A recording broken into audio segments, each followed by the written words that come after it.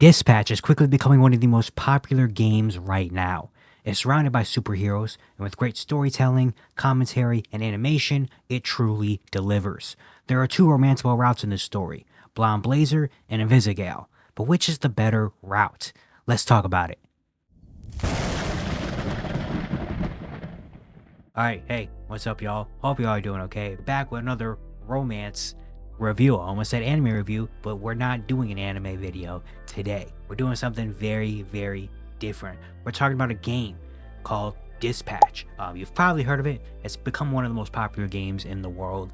It is very, very good, and there's romance in it, so I guess we got to talk about it because that's what we do around here. In this game that has, you pick your own story, quick time events, and all that stuff, there are two main romanceable routes with characters, Blonde Blazer and Invisigal.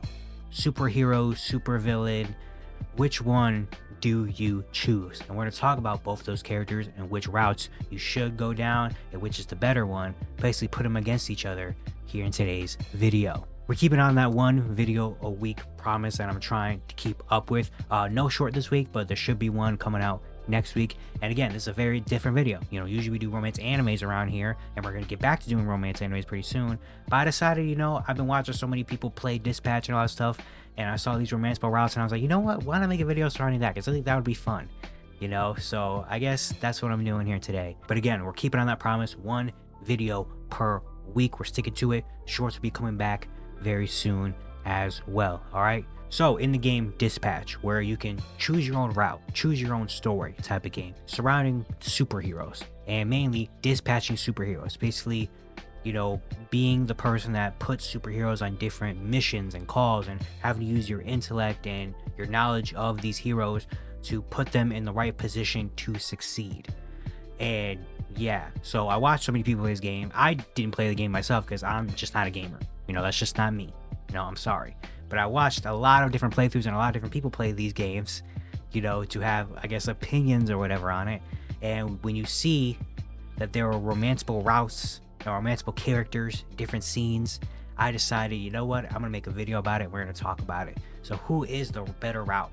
The Blonde Blazer or Invisigal? We're going to present the arguments. And then at the end, I'm going to pick who I think I would go down. And then you down in the comment section, I guess, pick who you think is better at too, if you want to. All right. First, we're starting with Blonde Blazer. She is kind of, I guess, the main character of the story, besides obviously the main character, Robert Robertson, Mecha Man. But Blonde Blazer is the one you see the most often in this story. And she's the first character we meet out of these two girls. So once between the two, we first meet when Mecha Man is getting beat up by a bunch of guys, basically still on TV because he has a broken arm.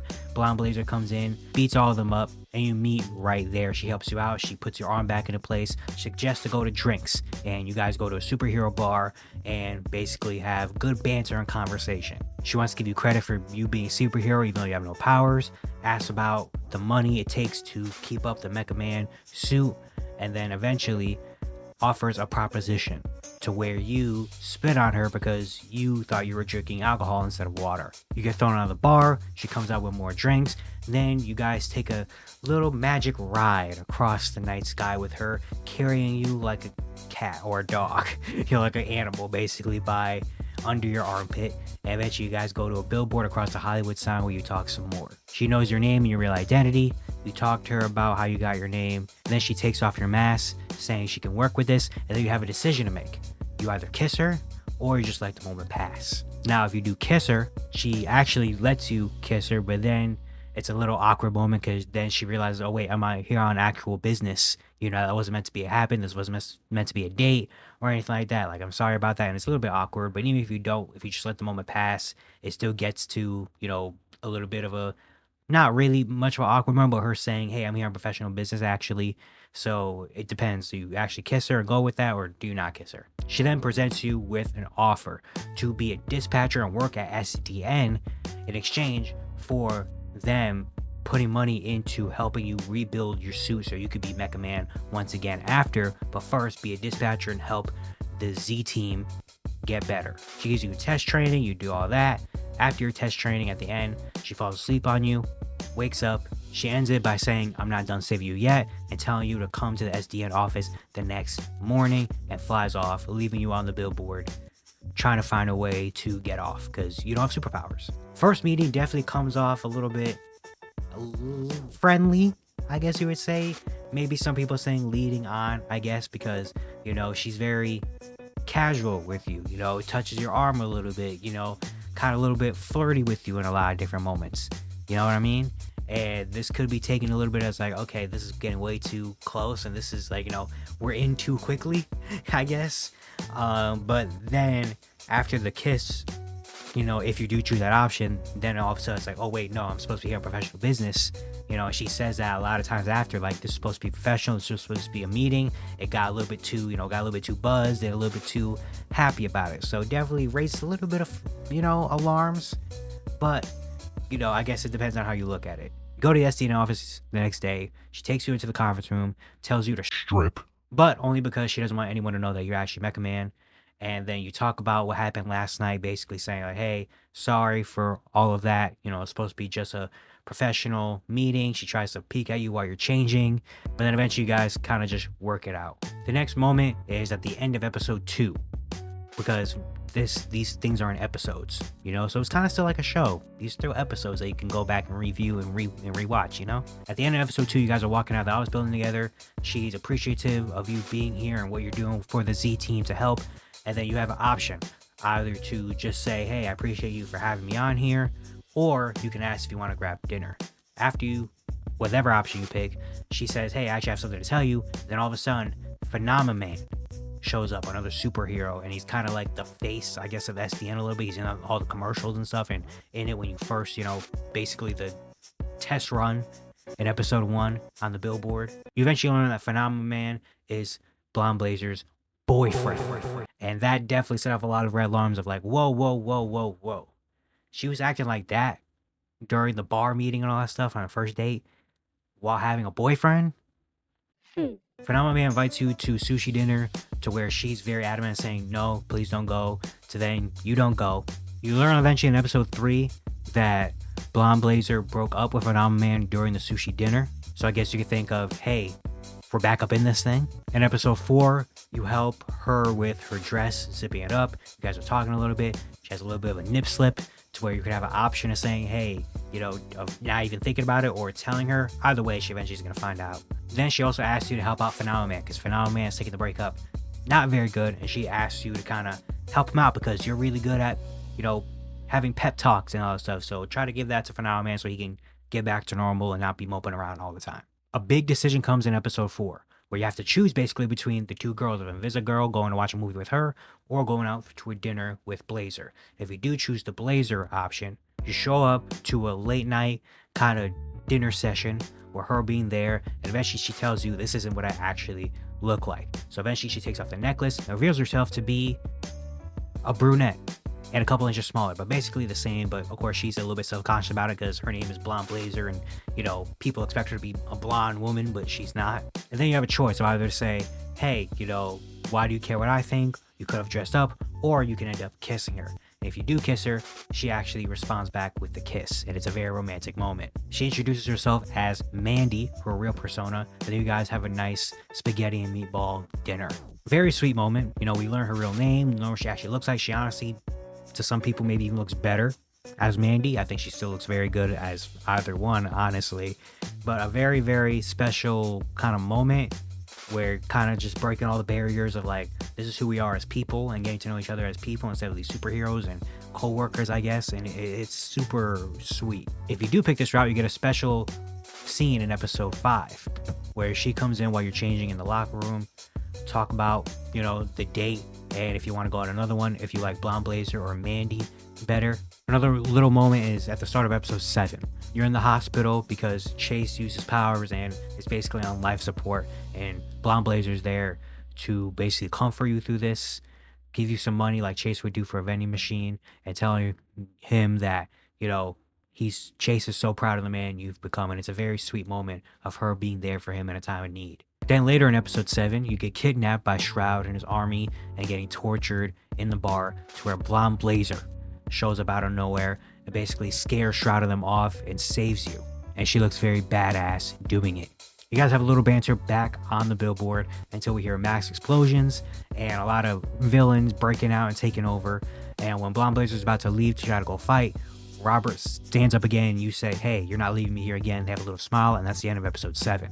In episode 8, you and Blonde Blazer try to save Coupe, basically, from turning to the dark side and killing Mecha Man and being with Shroud. We see in episode 8, during the big boss fight, Blonde Blazer gets taken out by Shroud, and now it looks like Shroud is about to end Mecha Man and kill him, until all of a sudden a beam of light comes out of nowhere and takes out Shroud, and we learn that it's Chase.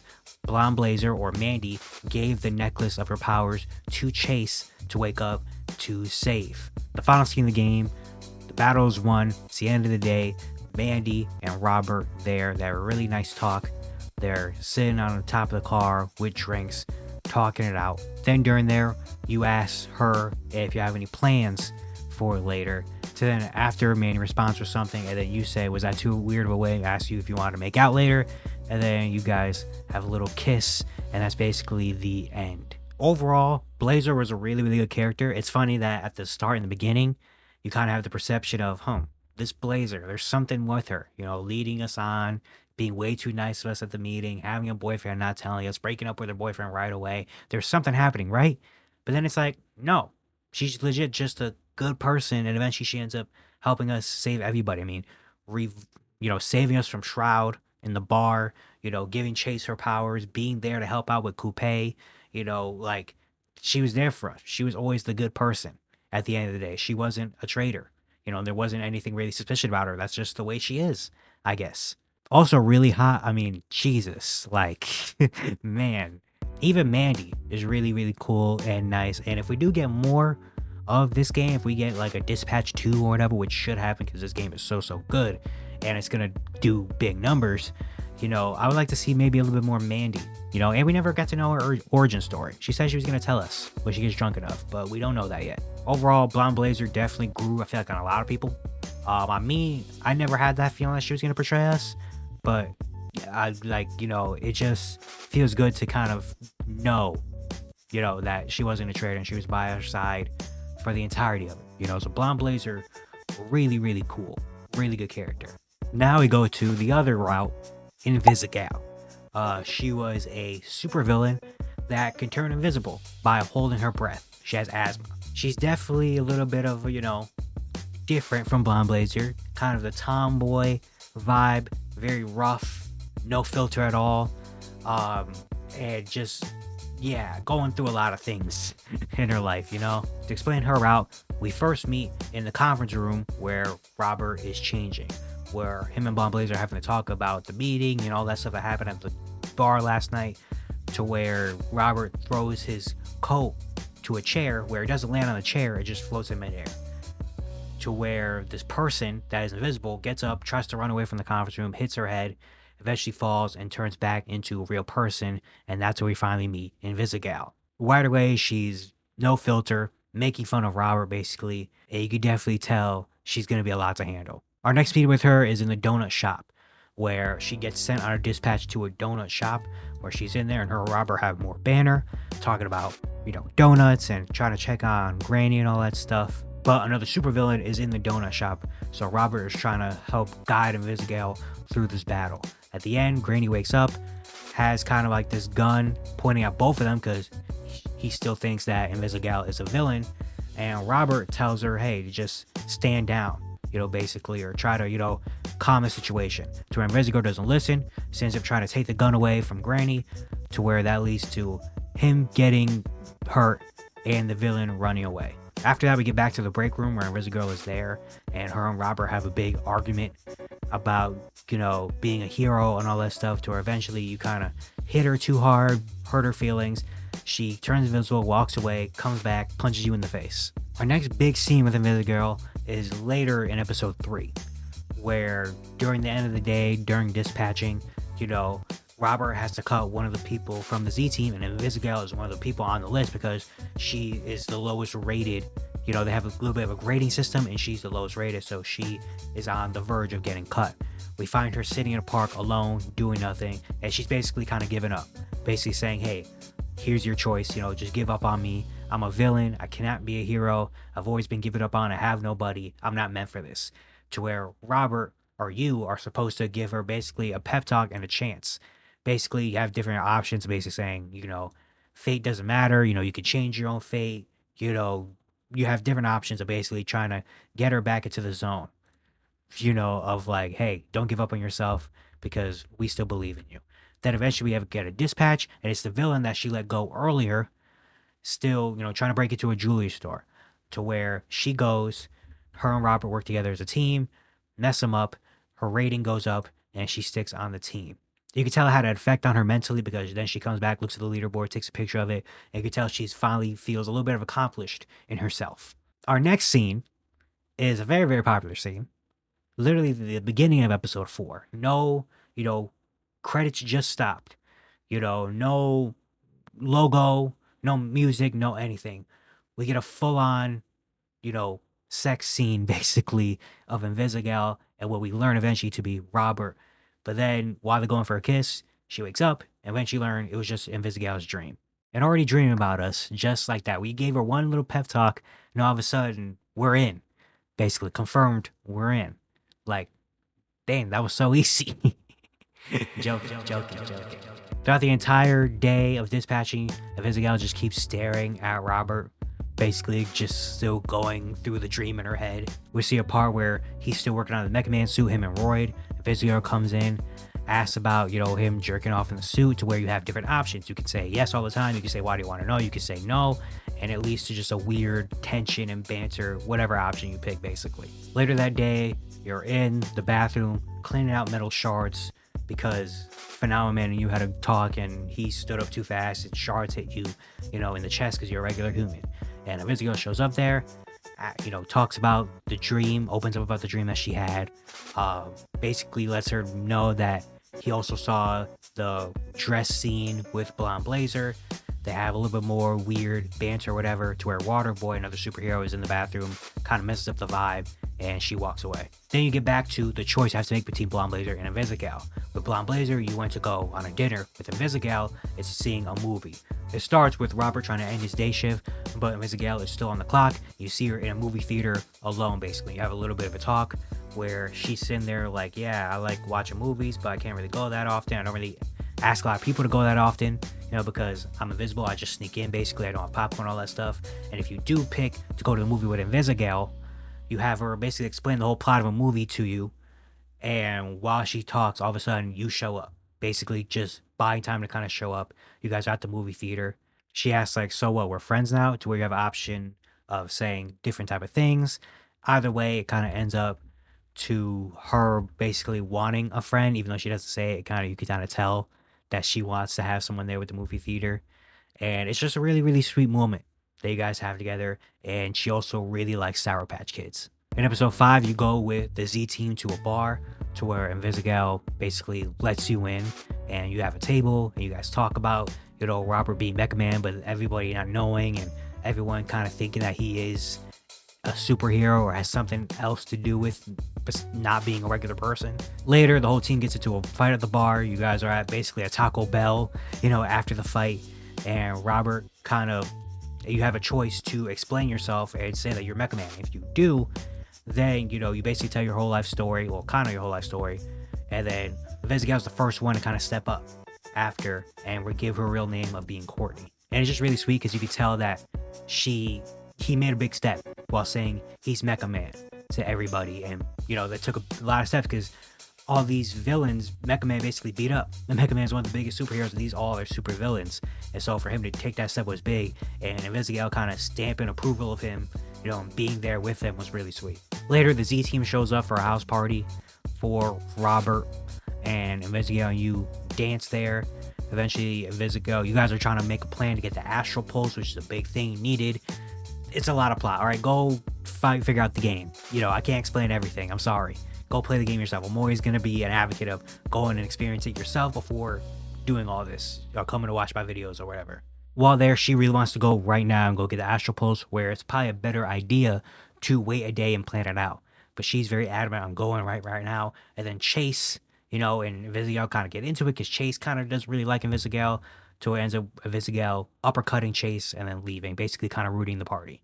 Then hours later, after you and Chase talk and Chase kind of opens up a little bit, you figure out that Invisigal went to go get the Astral Pulse by herself.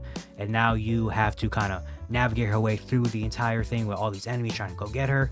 Eventually she ends up getting the Astral Pulse, but then Shroud is there. And Shroud beats her up, throws her healer away to where she has to go get it. You can tell she's on her last breath, to where Chase uses his powers for maybe the last time to go save Invisigal. Invisigal eventually gets suspended temporarily by Blonde Blazer from the Z team. And then later, during the end of the next shift you figure out that Z team had a meeting, and the consensus of the meeting was, we want to cut Invisigal because what she did costed lives. It went over the line. It was not something we discussed, and the Z team wants her to get cut. And now you have a decision to make. Do you stick with the Z team and your people and cut her, or do you keep her around? Now, obviously, things change depending on what you pick. If you do end up keeping her around, which is what we're going to go with, because if you're picking the Invisigal route, you're trying to defend her, obviously. You find her in the locker room changing. You guys have a big talk where basically she knows that the Z team wants to cut her, and she's basically okay with leaving because she knows what she did. You know, and again, going back to earlier the talk in the park where she knows, I'm not cut out to be a superhero. And then you and her basically have a big talk, you know, basically trying to keep her from leaving, saying, you know, I forgive you, I believe in you, don't listen to what anyone else says, you know, you don't owe everyone anything, just, you know, be suspended, come back, because I really care about you. So then where Invisigal reveals that she was one of the big reasons why the Mecha Man suit was destroyed. She was working with Shroud during your opening scene fight to the destruction of the Mecha Man suit, and she was the one that placed the bomb on the back of the Mecha Man suit. And now you have a choice here again of forgiving her or kind of not forgiving her. And if you do forgive her, you know, she kind of is like, dang, how are you gonna forgive me already? You know, to where you say, hey, we're different people, you know, we've grown so much since then, things are so different, you know, but she's still kind of down on herself. And eventually she has a line saying, all I want from you is to look at me the same way you look at Blazer. Basically kind of insinuating like you and Blazer have something going on, which is kind of, even if you don't pick the Blazer route, things still kind of seem that way. That's just default what it looks like. To eventually where you say, no, you don't. She says, yes, you do. She disappears and you think, you know, she leaves, but then she pushes Robert up against the lockers, kisses him, to where you have another option of, do you lean in, lean out? If you lean in, you guys have a little bit of a kissing session, to then she runs away. It's very tough because I understand the thing she did was, you know, kind of like no plan, just went for it. Very dangerous, and it was dangerous. Eventually ended up causing a lot of harm and all that stuff. But also it's like, she's a villain. She does things kind of, this is what she does. You know, she's very tough to deal with. She's going through a lot of different things. So it's really, really tough because I really do like Invisigal a lot. It definitely wasn't the right call to go for it and do that. But I mean, it came from the heart. She really wanted to just help Robert out and make up basically for her mistakes, kind of. And that was her way of doing it. It's very interesting, you know, on how, you know, you feel about the decision she made. Eventually later in episode 8, Shroud is taken over basically the SDN headquarters, to where Invisigal eventually gets found by Royd, you know, in the Mecha Man kind of chambers. And they're fighting. Royd blames Invisigal, or I guess accuses Invisigal of trying to mess with the Mecha Man suit because she's already suspended temporarily. And we figure out that she actually does have the Astral Pulse on her and she took it. Eventually Royd zip ties her to something, I don't know, and eventually leaves to try to go take care of business and stop the Shroud villains from taking over everything. You eventually have a little bit of a conversation trying to figure out why she hid the Astral Pulse from you, and eventually you have the choice and you do untie her. Eventually you guys take down one of the Shroud villains and you get into the Mecha Man suit. Invisigal helps out with the fight with the Z team. In the final scene, you know, where you think Shroud is beaten, but Shroud is alive and is threatening to kill your dog Beef, which is a no-go. Obviously, you do anything to save that chunky dog. You fly up, you're gonna give Shroud the Astral Pulse, to where Shroud is kind of revealing his plan and basically says that Invisigal was actually working for Shroud the entire time and she was an undercover agent, and he knew that things were going to play out like this. Basically, everyone thought that Blonde Blazer was going to be the one that's kind of fishy, when Invisigal was the fishy one the whole time, kind of backstabbing us. She was the traitor. You give him the Astral Pulse, but there was also a prototype one, to where at first it looks like he's got internal power, but then he loses that power and ends up throwing up. It's a very weird scene to where he gets up and pulls out a gun and is going to shoot Robert and end this once and for all, to where all of a sudden Robert does get hit by the bullet. You look up and Invisigal turned invisible and took the bullet for Robert. To where you end up punching Shroud a lot. You have a choice to spare him or kill him, whatever. You end up sparing him, most likely. Well, maybe you can kill him, I don't know. It looks like you're gonna have a kiss scene with Invisigal, but then she falls because she just got shot by a gun, obviously. In your final scene, Invisigal's on the stretcher ready to go into the ambulance. You and her have a little bit of a talk. The Z team is all there supporting her. Blonde Blazer goes there to give her support and her thanks. You have a choice during the ambulance if, you know, you want to wait with her or, you know, basically ask her, so this make you a hero now, whatever. While you're having a talk, she says, hey, you got stuff down your mouth. And he says, what? Is it blood? I'm a bleeder. You lead in and she kisses you. She gets put in an ambulance. You say, hey, you know, take care of her. And that's basically the end of that route. Overall, Invisigal, again, very different vibe from Blonde Blazer. You know, the kind of tough tomboy super villain, doesn't take anything, no filter, all that stuff. And she definitely can get a lot to deal with. You know, she has a lot of things going on in her head, you know, trying to figure out, am I actually a superhero or not? Am I just a burden on everyone else? You know, I can't be a hero. You know, do people actually like me? All that stuff. She goes through a lot. And you can definitely see she's tough to deal with. You know, she's not everybody's cup of tea. You know, some people would think, oh, wait, she's too much. She has too much going on. I can't do that. You know, which I understand. But ultimately, I really do like Invisigal, though. Like, I liked her a lot more than Blonde Blazer the first couple episodes. The last couple episodes kind of evened it out a little bit for me. But I don't know. I like something about the toughness of her. You know, she definitely has problems, but sometimes, you know, we all have problems and you got to deal with, you know, sometimes you got to deal with the problems. You know, I like her non-filter. You know, I like that she doesn't really care. I like that she makes a lot of the, you know, dirty jokes she makes. I don't know. And she also voiced by Laura Bailey, the god, Laura Bailey. So obviously, you know, her voice was incredible. And that gives her extra points for me. So those are the two routes, you know. Overall, for me personally, with route I would go with, I'm kind of leaning toward the Invisigal route. Now, I understand, again, there's a lot to deal with. You know, it's not the cleanest of routes, you know. But I think for me personally, while, you know, she was rough to begin with at the beginning, you know, you saw a lot of growth and development between them. You know, like you saw Robert was a huge part of her life. You know what I mean? To where Blonde Blazer is good, I feel like, with or without Mecha Man, you know? Invisigal kind of needed Mecha Man, you know, the talk in the park, you know, where he kind of lifted her spirits up more. The movie date, you know, like all the different things that led up to the ending, you know. Her and Robert had a huge connection there, you know, and it kind of, in a way, it feels right, you know, for those two to be together. You know, their vibe and their tension between each other, the energy between each other, just kind of fit more. You know what I mean? But if it was me personally, I would probably go with Invisigal too. You know, I don't know. There's something about the tomboy, you know, toughness, non-filteredness of her that I really enjoy. But yeah, that's all I got for today. Again, very different video from what we usually do. We usually do romance anime, and we're gonna get back to romance anime probably next week. But I wanted to do this because I thought it was gonna be kind of fun, you know. Once again, you know, we're striving for one video a week around here. We're gonna have a video out next week. We're gonna get the shorts back up and rolling. You know, we're gonna promise you we're gonna have a short next week. I'm gonna make it happen, and we're gonna have another video for next week. But yeah, that's it. If you do like the video, you know, hit the like button. You know, comment down below, you know, which route you would take or anything about the game or whatever you want. I guess it helps out the algorithm, you know. If you do like the content around here, hit the subscribe button. It's over here, actually, you know. If you like romance stuff, you know, romance anime, different things, maybe I even explore other things that involve romance, you know, like different maybe actual TV shows or whatever. I don't know. I'm just gonna become a romance channel, maybe. I don't know. But yeah, if you like the content, you know, hit the subscribe button. I'd really appreciate it a lot. Also have a mini channel called Everyday Hoops. We're over there where we talk basketball, literally the exact opposite of what we do around here. So if you like basketball or you know someone that likes basketball, let them know about the channel down below. You know, we're really going crazy a lot. It'll be really appreciated, you know, your support. And yeah, I'll see you guys later. Peace out.